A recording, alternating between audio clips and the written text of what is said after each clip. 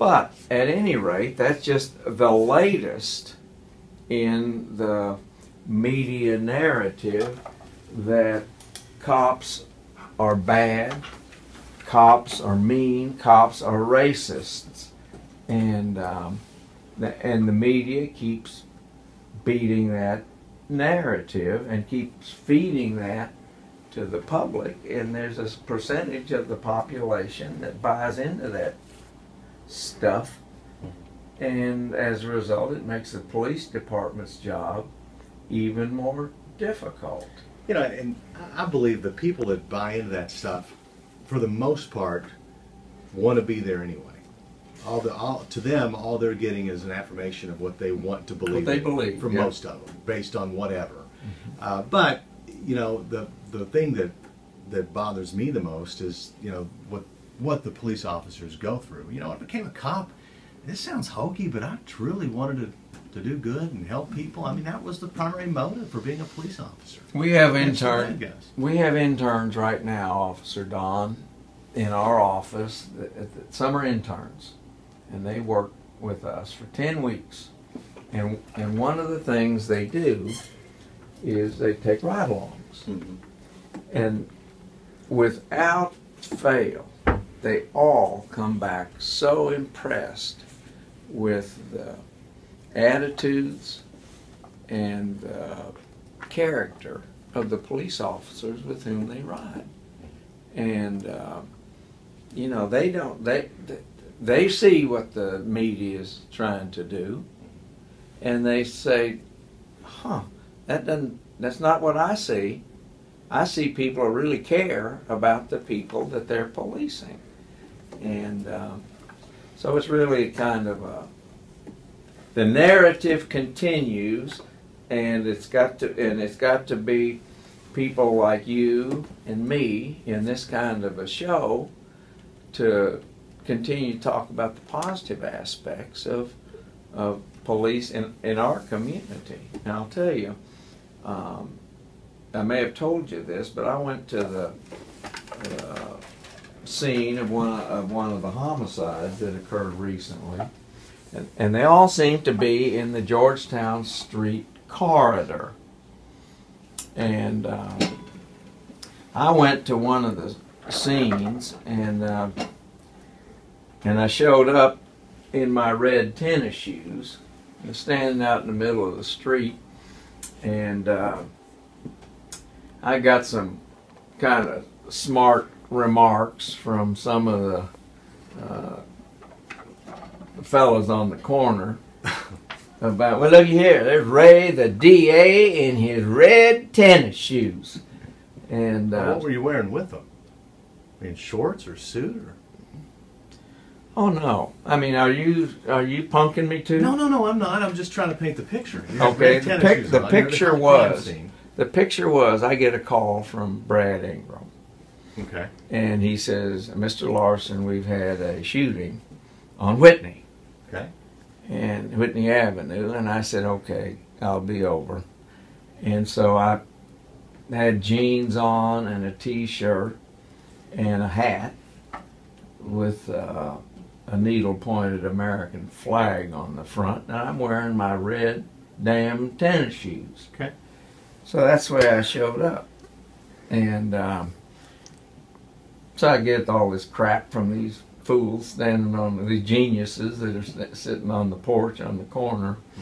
Mm-hmm. And so I just, you know, they didn't dig the Ray the DA's fashion statement. So that's where we were on that. But it's a hoot. But my point is that I talked to one of the commanders out there, and we started talking about how a significant percentage of the people that are arrested and do these kind of things are people that are on probation, mm-hmm. or people that are on parole, or people that are on pretrial release. Yeah. And of course, that's right up my alley, because it would be very simple if we would put the people, if keep people in custody for a while so that the public could have just a little relief from these slugs, outlaws, thugs, and bums. There I covered it all so that I can get emails at the office about my comments about criminals. We remember Dan, you know Dan Laramie? I do. Yeah, well, Dan and I created this program called Operation Rat Trap. And it was all about catching and prosecuting repeat offenders.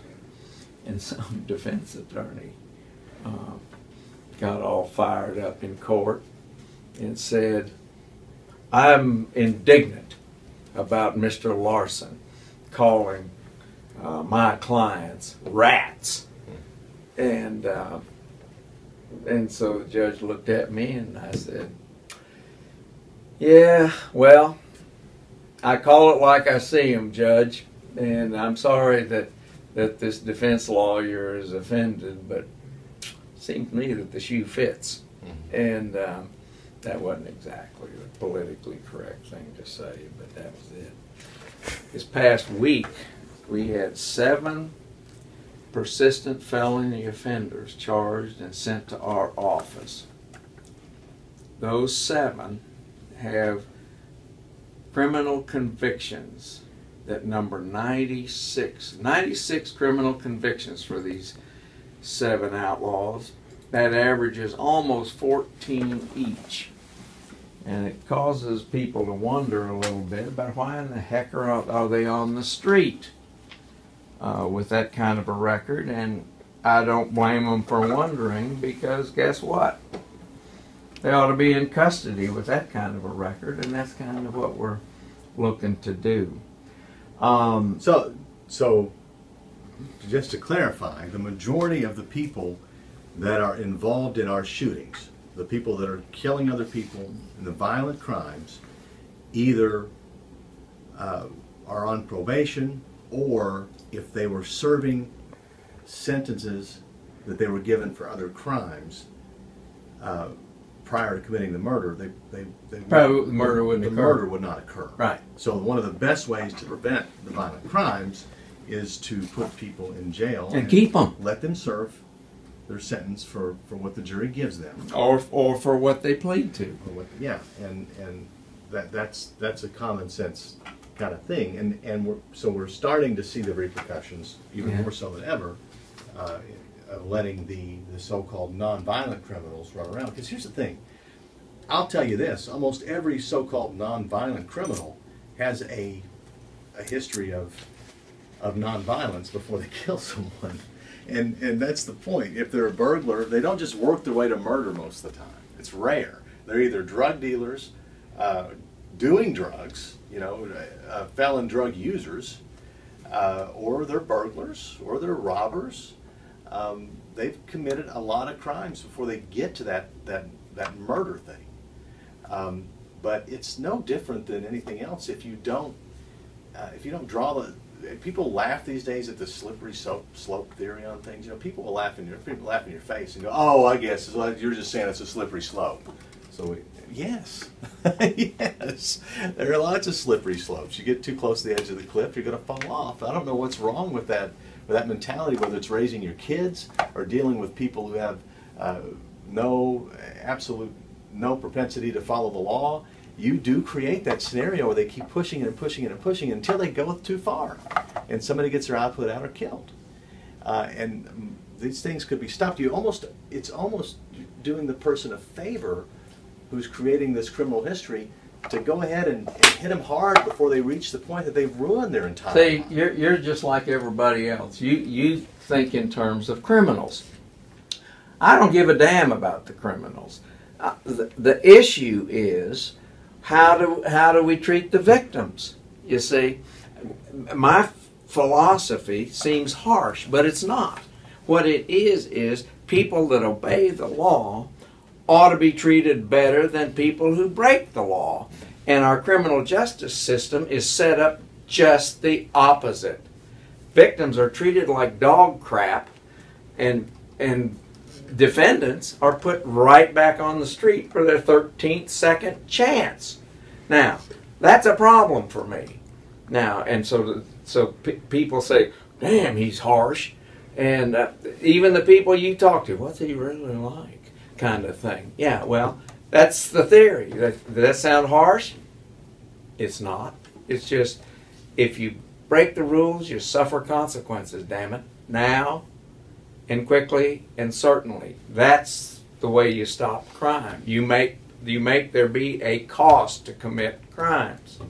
And that's, we're away from that. Well, the word punishment is a dirty word anymore in our system. I mean, the word jail, it used to be jail, and now it's correctional system. Correction system, rehabilitate, whatever it is. But you have to talk to victims. They deserve to have people punished when they commit crimes. They deserve to be protected from them. And how do you do that? You incapacitate them. How do you incapacitate them? You put their bony butts in jail. That's what you do. I want to ask you another question before you fire me here on this show. What do you make out of this escape of these murderers from the New York prison? What's your take on that? Well, the latest, my take on it is she obviously was a little smitten with these guys. So you say boinking? Probably. Yeah. But the other part of it is, did you hear most recently they're saying that maybe they had promised her they were going to kill her husband when they got out. Mm-hmm. So, man, I'll tell you, the latest is the governor of New York interfered with the manhunt because he wanted to get some political. Well, I've seen that in my career too. You have different agencies that want to be the one to catch the person, and so they will literally freeze the other agencies out. Just because they desperately want to be the one to get the credit. It becomes about credit. That is crazy, and you know that drives me personally crazy because you're playing those games, and then you got these killers on. And the only winner is the criminal. Yes, and you know, and of course you get there's politics in everything, right? You've got a local agency, and then there's state police, and some that sometimes there are politics there. I'm a trooper, and I'm a city officer, and I'm a sheriff's deputy, but we all tease each other. We give each other a hard time about that, individual officers. But I will say that on the officer level, there's not any of that. The officers, a trooper's a cop, a cop's a cop, the sheriff's deputy's a cop. The officers band together because we have to, but. Sometimes you get up in the leadership. I saw something. It's crazy. I saw something in the media about the ATF is going to come into New York City and save the day. They're going to go after these guys that commit crimes with guns. And I thought to myself, right. See, you're doing it now.